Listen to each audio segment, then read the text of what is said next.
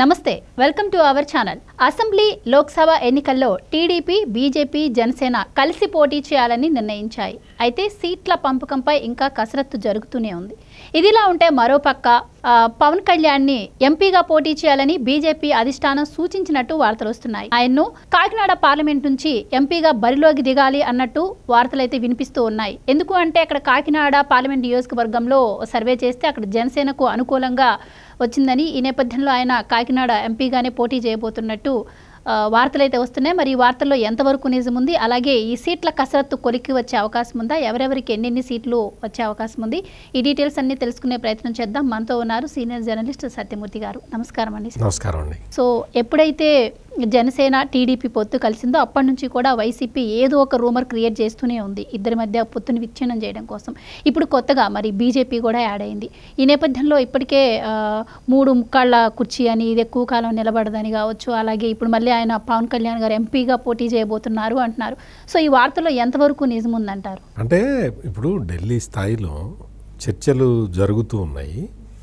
ఇప్పుడే దీని మీద అంటే తుది నిర్ణయం రాలేదు, వచ్చేస్తుంది, బహుశా ఇవాళ వచ్చేస్తుంది. ఇక్కడ విషయం ఏంటి అంటే తెలుగుదేశం, జనసేన, బీజేపీ ఈ 3 పార్టీలు కలిసి కేంద్రంలో రాష్ట్రంలో 2 చోట్ల కూడా మళ్ళీ అధికారంలోకి రావాలి. అంటే ఈ 3 పార్టీల కూటమి అధికారంలోకి వస్తే ఏమవుతుందో దేశంలో ఇప్పుడు మనం చూస్తూ ఉన్నాం. మొత్తం భారతీయ జనతా పార్టీకి సానుకూల పవనాలు దేశవ్యాప్తంగా ఉన్నాయి. మరి అదే ట్రెండ్ ఆంధ్రప్రదేశ్లో కూడా కనపడాలి కదా అనేది బీజేపీ ఉద్దేశం. సానుకూలత ఉండాలి తమ పార్టీకి అనేది. బీజేపీ ఒంటరిగా వెళితే అంత సానుకూలత వ్యక్తం కాకపోవచ్చు. అందుకని ఈ నేపథ్యంలో తెలుగుదేశం, జనసేన తోటి బీజేపీ వచ్చి చేరింది.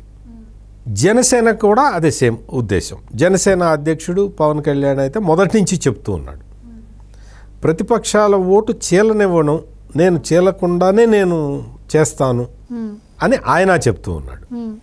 తెలుగుదేశమేమో వీటన్నిటినీ కూడా వెల్కమ్ చేస్తూ ఉన్నది.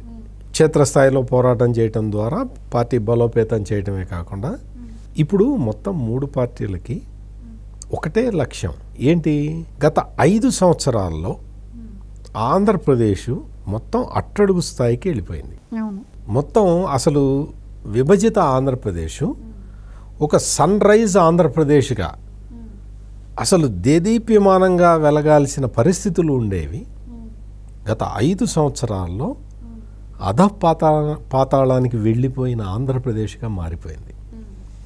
ఎక్కడా శాంతి భద్రతలు లేవు, అభివృద్ధి లేదు, సంక్షేమం లేదు. ఇటువంటి దారుణమైన పరిస్థితులతో పాటు ప్రజాస్వామ్య విలువలు లేవు, పౌరులకి బతికే హక్కు లేదు. అటువంటి దయనీయమైన పరిస్థితికి ఆంధ్రప్రదేశ్ చేరుకున్నది. అందుకని మరి ఆంధ్రప్రదేశ్ని ఈ నియంతృత్వ పరిపాలన నుంచి విముక్తం చేయాలంటే ఏం చేయాలి? అందుకనే అన్ని పార్టీలు కలుస్తున్నాయి. అంతే తప్ప అధికారం మోడీకి కొత్త, చంద్రబాబు నాయుడుకి కొత్త, వాళ్ళిద్దరికైతే కొత్త కాదు కదా. పవన్ కళ్యాణ్కి అధికారమే అక్కర్లేదు అంటున్నాడు కదా నేను వచ్చింది ప్రజల్లో మార్పు కోసం వస్తున్నాను తప్ప నాకు అధికారం నాకెందుకు అని ఆయన అంటున్నాడు కదా. ఇది అందుకని ఈ 3 పార్టీలు కూడా భావ సారూప్యత ఉన్న పార్టీలు, అందుకని కలిసినాయి. ఈ కలయికని జగన్మోహన్ రెడ్డి హర్షించలేకపోతున్నాడు, వీటిని విచ్ఛిన్నం చేయడానికి ప్రయత్నం చేస్తూ ఉన్నాడు. ఇక్కడ ఏమవుతుంది అంటే నిన్న మొన్నటి వరకు కూడా పవన్ కళ్యాణ్ని నువ్వు చంద్రబాబు ముఖ్యమంత్రి కావడానికి సహాయం చేస్తావా, నువ్వు నీ పార్టీని చంద్రబాబుకి తాకట్టు పెడతావా అని ఈ వ్యాఖ్యలన్నీ వైసీపీ సోషల్ మీడియా ద్వారా జగన్మోహన్ రెడ్డి చేయించాడు. మొత్తం అంతా కూడా ఇదే తీసుకెళ్ళి ప్యాకేజ్ స్టార్ అమ్మేశాడు, జనసేనని అమ్మేశాడు. ఇదే తరహాలో పబ్లిసిటీ చేశారు. ఎన్ని చేసినా కానీ పవన్ కళ్యాణ్ ఒక స్థిరమైన నిర్ణయం తీసుకున్నాడు, తెలుగుదేశం పార్టీతో కలిసి వెళ్ళాలి, రాష్ట్రంలో ప్రజాస్వామ్యాన్ని బతికించాలి అన్న ఉద్దేశంతో పవన్ కళ్యాణ్ ముందడుగు వేశాడు. వేసిన తర్వాత వాళ్ళకి ఆ పప్పులు ఉడకలేదు. ఇప్పుడు బీజేపీ దానికి సంబంధించి పెడుతున్నారు. అంటే ఈ 3 పార్టీలు కలవకూడదు, అన్న ఉద్దేశం. వీళ్ళు ఎన్ని చేసినా, ఎన్ని రకాల కుట్రలు చేసినా, జగన్మోహన్ రెడ్డి, వైసీపీ వీళ్ళందరూ కూడా పవన్ కళ్యాణ్, చంద్రబాబు నాయుడు, నరేంద్ర మోడీ ఈ ముగ్గురు కూడా మన ముగ్గురి combination deadly combination, successful combination. అంటే రాష్ట్రాన్ని అభ్యుదయ పదంలో నడపటానికి మనం ముగ్గురం చేతులు కలపాల్సిన అవసరం ఉంది అని వాళ్ళ ముగ్గురు నిర్ణయించుకున్న తర్వాత జగన్మోహన్ రెడ్డి చేసే విష ప్రచారం ఎక్కడ పనికి వస్తుంది? కూడా ఇంకో మాట కూడా ప్రచారంలో ఉంది, బీజేపీ ఆడిన తర్వాత జనసేన సీట్లో కోతపడే అవకాశం ఉంటుంది అని కూడా ప్రచారం చేస్తున్నారు. ఇది ఎంతవరకు నిజమంటారు? జనసేన సీట్లకు కోత ఎక్కడా లేదు. జనసేనకి 24 స్థానాలు ఇద్దామనుకున్నారు, ఇస్తున్నారు. దానికి అంగీకారం కూడా తెలిపారు. దానికి సంబంధించిన కసరత్తు అంతా నడుస్తూ ఉన్నది. భారతీయ జనతా పార్టీకి ఒక 6 అసెంబ్లీ స్థానాలని ఇద్దామని ప్రపోజల్ పెట్టారు.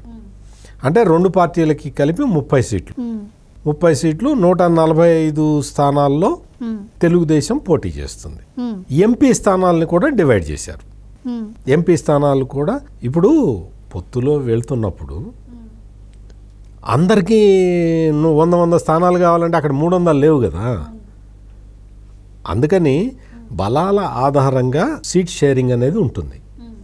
నువ్వు సీట్ షేరింగ్ అంటే ఏంటి అర్థం ఏంటి? సీట్ షేరింగ్ అంటే ఎవరు గెలిచినా గెలిచినట్టే కదా, గెలవాలి కదా, గెలిస్తేనే కదా వాళ్ళు ఏదన్నా ఈ ప్రజాస్వామ్య వ్యవస్థని మళ్ళీ పునరుద్ధరించడానికి అవకాశం కలిగేది. అలా కాకుండా లేదు మా పార్టీ గొప్పది అనుకోరు అక్కడ ఎవరు కూడా. మా పార్టీ గొప్పది, అసలు నేనే పులిని సింహాన్ని అనుకునేది ఎవరు అంటే జగన్మోహన్ రెడ్డి ఒక్కడే. మిగిలిన వాళ్ళందరూ మేము పులులం సింహాలం అనుకోరు. మేము ప్రజానాయకులము, ప్రజలకి ఏం కావాలో అది చేస్తాం అనుకుంటారు. ఇప్పుడు లేటెస్ట్ ఏంటి అంటే పవన్ కళ్యాణ్కి ఎంపీ సీటు ఆఫర్ చేశారు. ఎంపీగా పోటీ చేయాలి, కాకినాడ ఎంపీగా పోటీ చేయాలి అని బీజేపీ అడిగినట్టుగా వార్తలు వస్తున్నాయి. నిజంగా ఆ ప్రపోజల్ కరెక్ట్ అయితే అసలు ఆంధ్రప్రదేశ్కి మంచి రోజులు వస్తున్నట్టు లెక్కేసుకోవచ్చు. ఎందుకు అంటే పవన్ కళ్యాణ్ అంటే నరేంద్ర మోడీకి చాలా ఇష్టం. ఒక నాయకుడు, నిజాయితీకి నిలబడి ఉన్న నాయకుడు, అసలు అన్యాయాలని చాలా వ్యతిరేకిస్తున్నాడు, ఇతనికి ఫ్యాన్ ఫాలోయింగ్ చాలా ఉంది అని నరేంద్ర మోడీ ఇప్పటికి చాలాసార్లు చెప్పాడు. అటువంటి పవన్ కళ్యాణ్ బీజేపీ ప్రపోజ్ చేసినట్టు కాకినాడ ఎంపీగా పోటీ చేసి గెలిచిన తర్వాత ఖచ్చితంగా కేంద్రంలో అత్యంత కీలకమైన మంత్రి పదవి దక్కడానికి అవకాశం ఉంటుంది. మీరు ఒక్కసారి ఆలోచించండి. తెలుగుదేశం, బీజేపీ, జనసేన కాంబినేషన్లో అధికారంలోకి వచ్చేసి రాష్ట్రంలో ముఖ్యమంత్రిగా చంద్రబాబు నాయుడు ఉండి కేంద్రంలో ఒక ముఖ్యమైన శాఖకి ఒక కేంద్ర మంత్రిగా పవన్ కళ్యాణ్ ఉంటే ఆంధ్రప్రదేశ్ పరిస్థితి ఎట్లా ఉంటుందో ఒక్కసారి మీరే ఊహించుకోండి. అంటే నరేంద్ర మోడీకి కూడా ఆంధ్రప్రదేశ్ అంటే ఆపేక్ష ఉన్నది. అవును, అప్పుడు మీరు చెప్పినట్టు విశాఖ స్టీల్ ప్లాంట్ విషయంలో కూడా పవన్ కళ్యాణ్ గారు అప్పుడు మద్దతు ఇచ్చి నాకు ఒక్క ఎంపీ ఉన్నా చాలు నేను పోరాడేవాడిని అంటాం కూడా మనం విన్నాం. అంటే రాష్ట్ర ప్రయోజనాలని కాపాడటానికి పవన్ కళ్యాణ్ కేంద్రంలో ఉండి రాష్ట్రంలో అధికారంలో చంద్రబాబు నాయుడు ఉంటే ఆ కాంబినేషను రాష్ట్రానికి ఉపయోగం. ఇప్పుడు ప్రజలందరూ కూడా ఆలోచించాల్సిన విషయం ఇది. కేంద్రంలో కేంద్ర మంత్రివర్గంలో పవన్ కళ్యాణ్ ఉంటే ఇంకా ఆంధ్రప్రదేశ్కి చాలా రకరకాల ఇవి వచ్చేస్తాయి, ఫండ్స్ వస్తాయి, ప్రాజెక్ట్స్ వచ్చేస్తాయి. వీళ్ళిద్దరి కాంబినేషన్లో ఆంధ్రప్రదేశ్ ఎంత అభివృద్ధి చెందాలో అంత ముందుకెళ్తుంది.